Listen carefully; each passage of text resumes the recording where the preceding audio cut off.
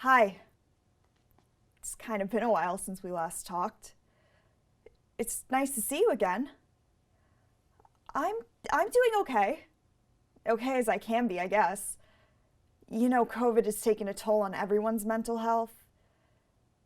And I guess I've just spent too much time with myself lately.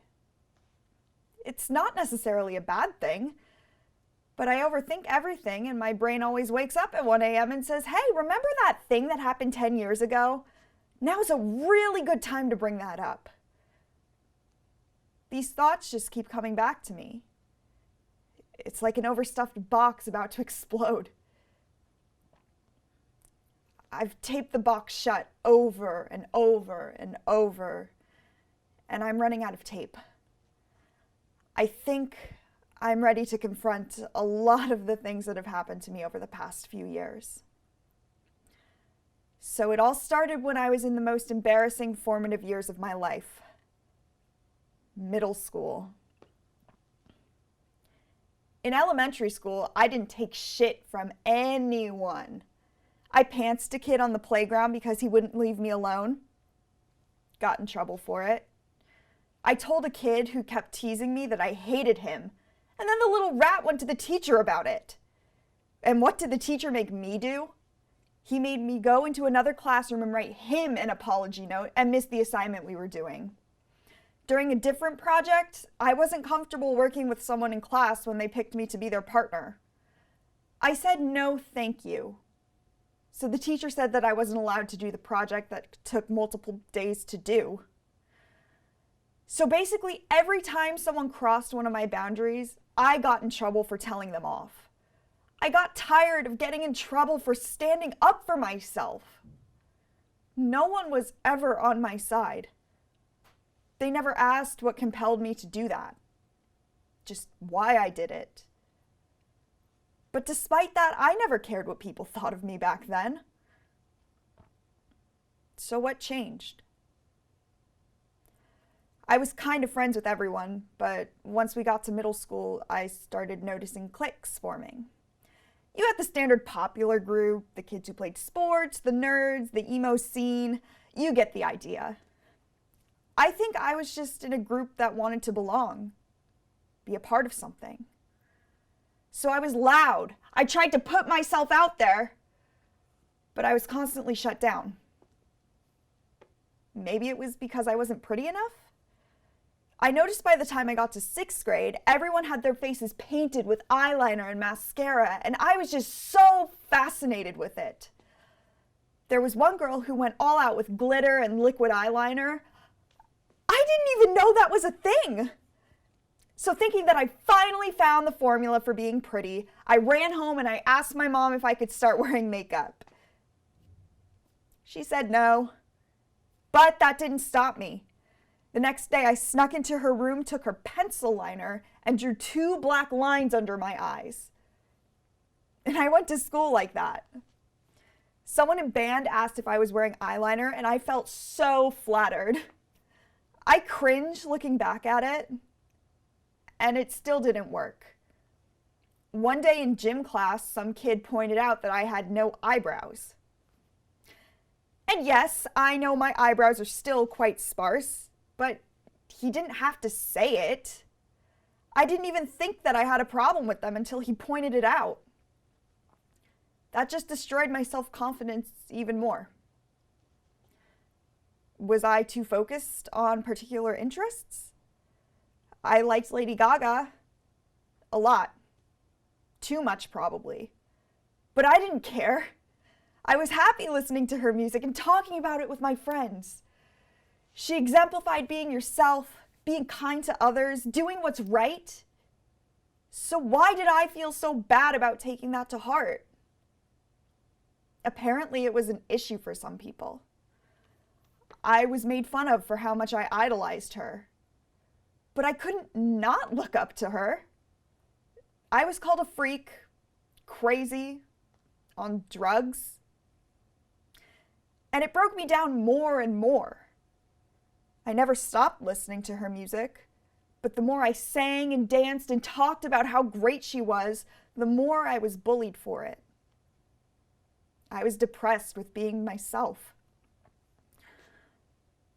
That was my first experience with depression. And now I can barely remember a time where I didn't have it. I didn't know how to talk about it. I didn't even know what it was. And it followed me well into high school. When I got there, I had done a complete 180, physically and mentally. I bleached all of my hair blonde because I hated my dark brown, almost black color. And I shaved half of it off because it was a relatively big trend at the time. I wore dirty Converse, thick winged liner, and black t-shirts. My favorite band was Arctic Monkeys. I idolized Kurt Cobain. To be honest, not much has changed on that front. But I was quiet, and I avoided almost everyone except my inner circle. I decided I didn't want to deal with everyone's opinions of me. Over the years, I heard it all. You're so quiet. You're so loud. Why do you like this so much? You're really weird. You're really intimidating. Oh, you're so cute and small. You're really difficult to work with. You suck at this. You're such a whore. You're a bitch. You're too much. You're not enough. Where did all of that come from? It seemed like I was running around with all of these people on the playground just yesterday. So I fell into this routine of sit down, shut up, and they'll stop. If I didn't have anything to say, or I didn't engage, then nobody could really say anything. I wasn't having it anymore. I wanted to live in my own thoughts and create my own reality. Of course, the one downside to that is I was constantly zoned out and alone with my thoughts. My self-destructive thoughts. I just let them fester and swell in my head. Maybe the things that I thought about myself were 10 times worse than anything that my classmates could have said about me. But I got more and more depressed. I had no one to talk to about it. I was so alone. And nobody understood that I needed help. But there's one question that I was dying for someone to ask me. Are you okay? Do you want to talk about it? Maybe I would have been less of an apathetic bitch if someone had reached out. And maybe I would have cared about something, anything, if someone just sat with me for a minute. But at that point, I had turned to self-harm because it was the only thing that would get me to stop crying at night. And someone asked me one day in French class why I did it. And I just didn't know. I played dumb. And when they pointed it out, I just brushed it off. You know, I really couldn't talk about it because we were in class, but I came so close. And then a new feeling came up that I just didn't expect to feel. I just wanted to hide. I was so embarrassed. Self-harming has a reputation of being a cry for attention instead of a cry for help. So until my arm healed, I wore jackets to hide it. And then I did it on my ankle because I wore jeans all the time, and it was a smarter way to hide it. No one suspected a thing. It was my little secret that I didn't want to bother anyone with. I was a person I didn't think I'd ever be. I wanted to be a good student. I wanted to be loved. But everyone and everything around me just knocked me down every single day. So while I pictured this version of myself as a person who was passionate about music and art and liked to have fun and wanted to be nice to people, everyone saw me as the girl with the bad attitude who hated everyone and everything. I was so afraid of making friends because I thought that people would just laugh in my face and call me nasty names or talk behind my back about how much of a loser I was. Trust me, I know about it. Believe it or not, I faced the worst treatment from people in band. Band, of all things, do you know how much of a loser you'd have to be to get bullied in band? I woke up every day at the crack of dawn, running on 4 hours of sleep or less, and for what? To get told how much of a piece of shit I am? To have everyone nitpick every minuscule thing about me until I wanted to run out of the room crying? Some would be supportive and nice to my face, and then turn around and laugh about how I messed up a few bars in the middle of a piece. I shut down emotionally. I pantomimed playing when I got to parts of a piece that I didn't know, and I prayed that no one would notice. Playing tests? Forget it. That was an instant recipe for a full-blown panic attack. I did like going on band trips, though. The concept of one was fun. I got to break the mundane cycle of school and play music all day. But then I remembered that almost everyone on those trips had some sort of negative opinion about me. Every year we would go to a trip to the Lionel Hampton Jazz Festival in beautiful Moscow, Idaho. I had moments where I wasn't so alone, but the moments where no one thought I was worth their time stick out way more vividly. We stopped in Ellensburg for dinner every year, and like any school trip, we had to go in groups of 4. And you couldn't go anywhere without at least 3 other people in the group. I was sitting next to my friend on the bus and thought, great, there's one person who I can go with. But once we parked and everyone got off the bus, the crowd of 60 or so people dissipated until only one was left standing there. I was so hurt and confused and scared. And then I saw one person who I had a toxic friendship with, and of course they were with a bunch of people because they were liked for some reason. I was terrified to go up and ask, hey, can I be in your group? Because of the recurring fear that they would laugh at me and tell me to fuck off. But I had to suck it up. Thankfully, they did agree to let me join them, but I just hung back because I just needed to eat something. And there were so many more times like that where I felt so alone. I wasn't completely unliked, though. I did have a pretty solid group of friends outside of band, and I had a few boyfriends here and there. Okay, 2. 1.5, there, I said it. But there was one who changed my life. The first evil ex. His name was Landon. He had a stupid bowl cut, and he played the guitar in jazz band, and I wanted to play the guitar in jazz band, not knowing that jazz was astronomically more complex than classical guitar, but that's besides the point. When I first saw him, I instantly knew I was crazy about him. He asked me what my name was during auditions that morning, and I was high as a kite for the rest of the day. I was way too scared to talk to him, and I felt like anything I said or did was just weird and embarrassing. Just passing him in the hall between 3rd and 4th period made me nervous, but I wanted to see him. It never did get me anywhere. So I did what any smitten 15-year-old outcast would do. I messaged him on Facebook. A few months go by, and he ends up kissing me on my 16th birthday.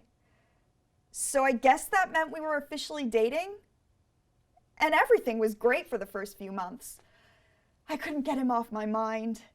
He was all my friends heard about from me.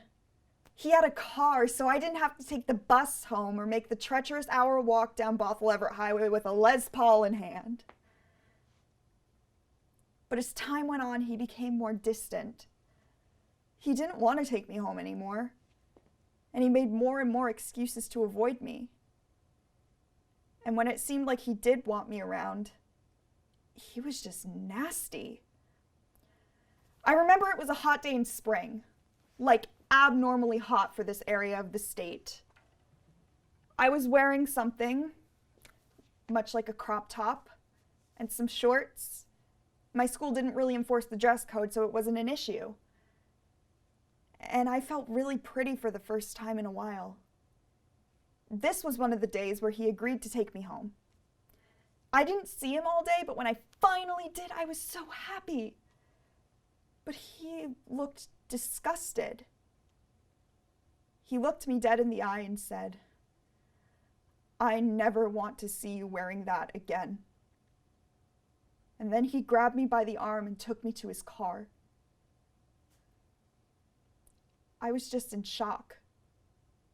But I didn't think any of it because this is the guy I was supposed to be with, right? I've heard stories of high school sweethearts getting married all the time, and that was going to be us, right? I didn't realize it until 4 years later that while I wanted a boyfriend, he wanted someone he could control. Someone he could have on his arm and be the envy of his friends for even having a girlfriend. Someone he could flex on with all of his STEM and robotics knowledge and what have you. Someone who would give in to him whenever he wanted. Someone who would be there for him whenever he found it convenient. And I fell right into his trap. At the end of the school year, he started ghosting me. After days of not speaking, he finally messaged me out of the blue and said, "We need to talk." And that's never a good sign. Later that day, he came over, and in the same place he first kissed me, he broke up with me. I cried for days, and I didn't even get over it for months, maybe a year. I was like a piece of bubblegum he chewed up and spit out once all the flavor was gone. I was so heartbroken. Was I not good enough for him? Him, of all people! It was so embarrassing that it took me a year to get over it.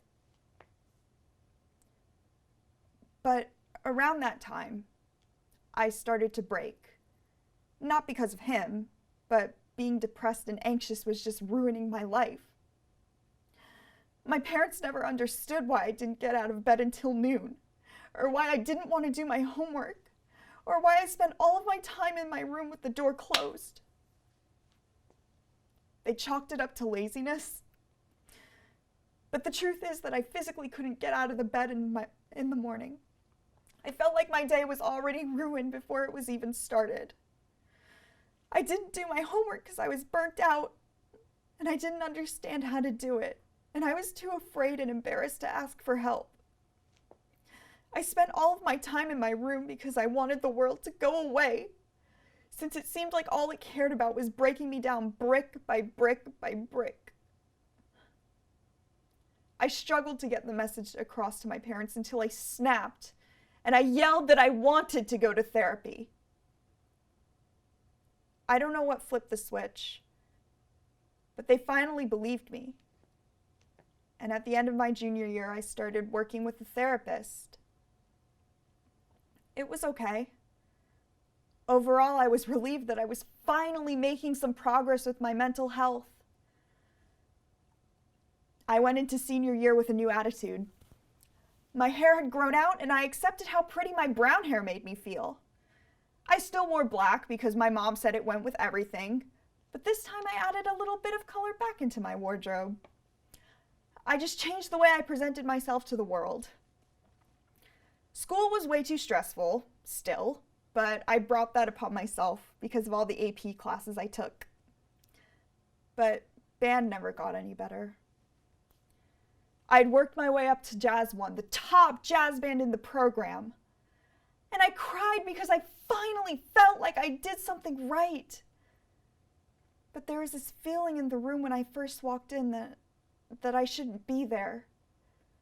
That toxic on and off friend was on the piano, some asshole was on the drums, and a few other egomaniacs were on horns. I felt like I stood out. I still worked hard, but it never seemed like it was enough. Every day at 6:30 a.m., I walked in, I set up, I played, and I got told off because I sucked. So if I hated how things were going and how I was being treated, why didn't I just quit?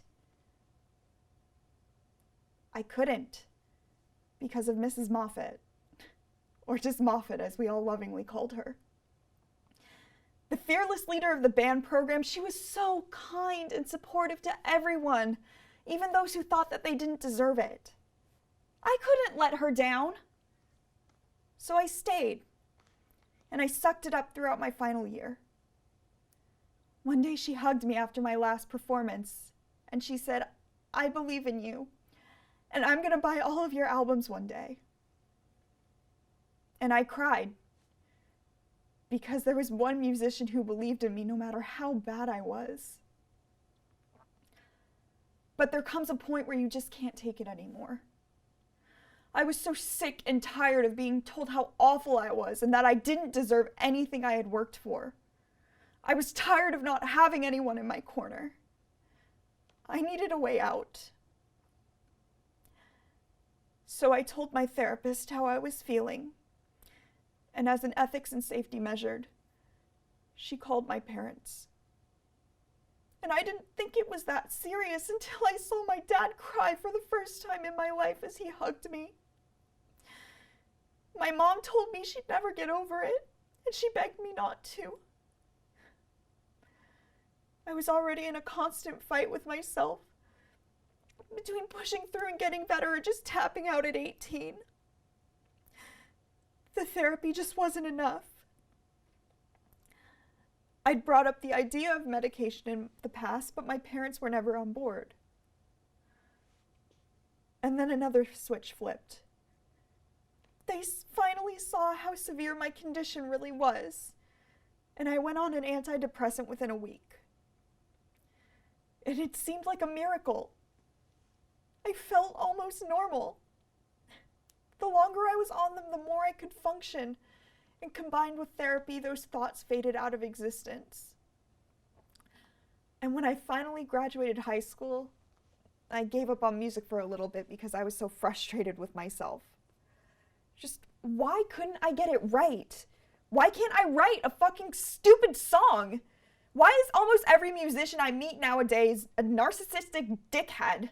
Why am I so embarrassed? Why do I care what anyone thinks?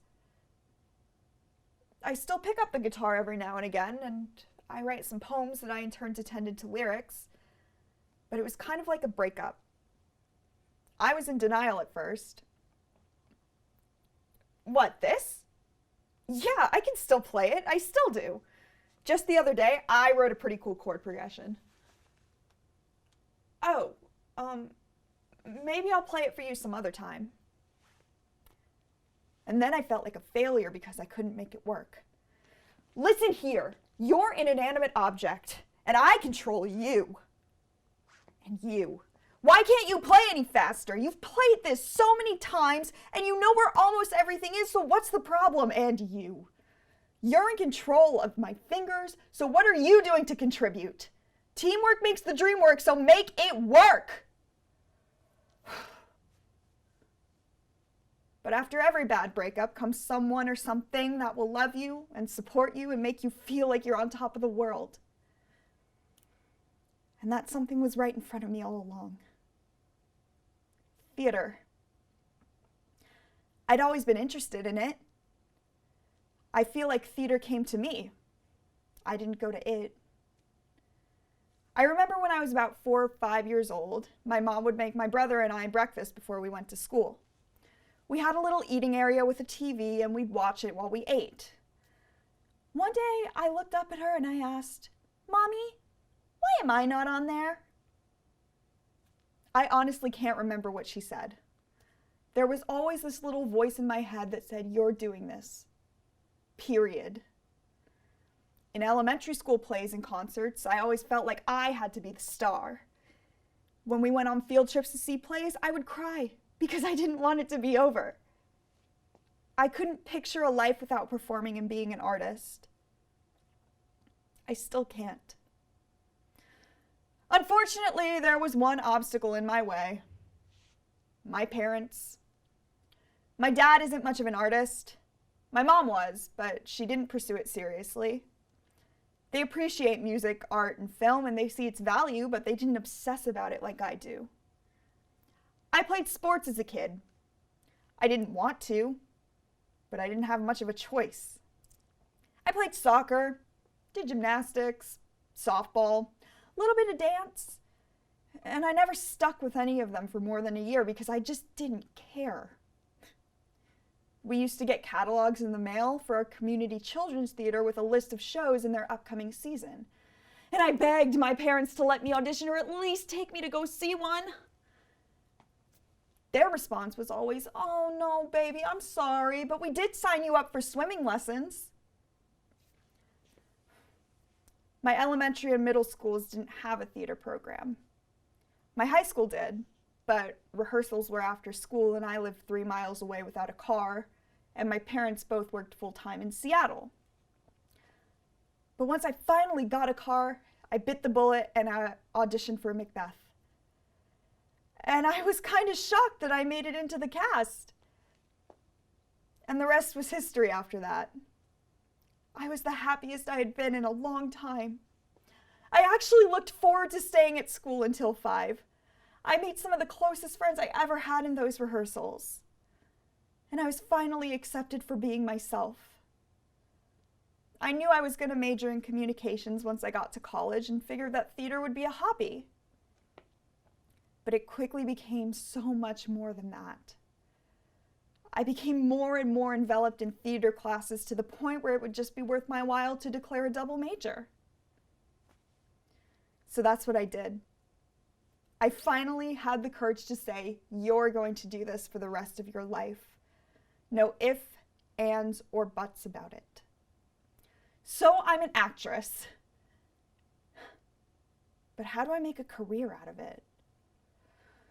Fuck! It seems like all you have to do nowadays is have a hot face, do a bunch of dances for 15 seconds at a time and get millions of views on TikTok, and then all of a sudden you have a hit new song and a starring role in a movie. Or you could have a rich dad leak a sex tape with a B-list rapper and boom! Overnight superstardom. But I don't have a rich dad. Or any connections. Am I ever gonna make it? No. Stop. I'm gonna do what I always do. Find a way. Make it happen. Make them listen to me. I don't care if I have to tie up an agent in a basement and force them to watch a 30-minute improv show with all of my shitty jokes. I'm gonna make it work. Because if there's anything I've learned from all my trials and tribulations in middle school, high school, college even, with depression, anxiety, low self-esteem, people who I thought were my friends and then abandoned me when I needed them the most, is that whenever you fall 7, you rise 8. And if no one wants to help you pave the road to move forward, you find a way to do it yourself. Yeah, it'll take a lot longer, and it'll be a lot harder, but at least you'll get it done, and you'll be happy. Maybe the people who had something to say about me were just jealous because they knew I was going to be somebody. Is that too egotistical to say? No. I think at this point I deserve to praise myself. Maybe I need to go back to being 7 years old. A time where I made it clear that no one could mess with me. A time where I was full of wonder and learning. A time where I could easily make friends with everyone regardless of cliques and clubs. Maybe I need to find that little girl inside my heart and take a page out of her book. And there's no better time to start than now, I guess. I'm 22, and I have the whole world ahead of me. So what am I waiting for?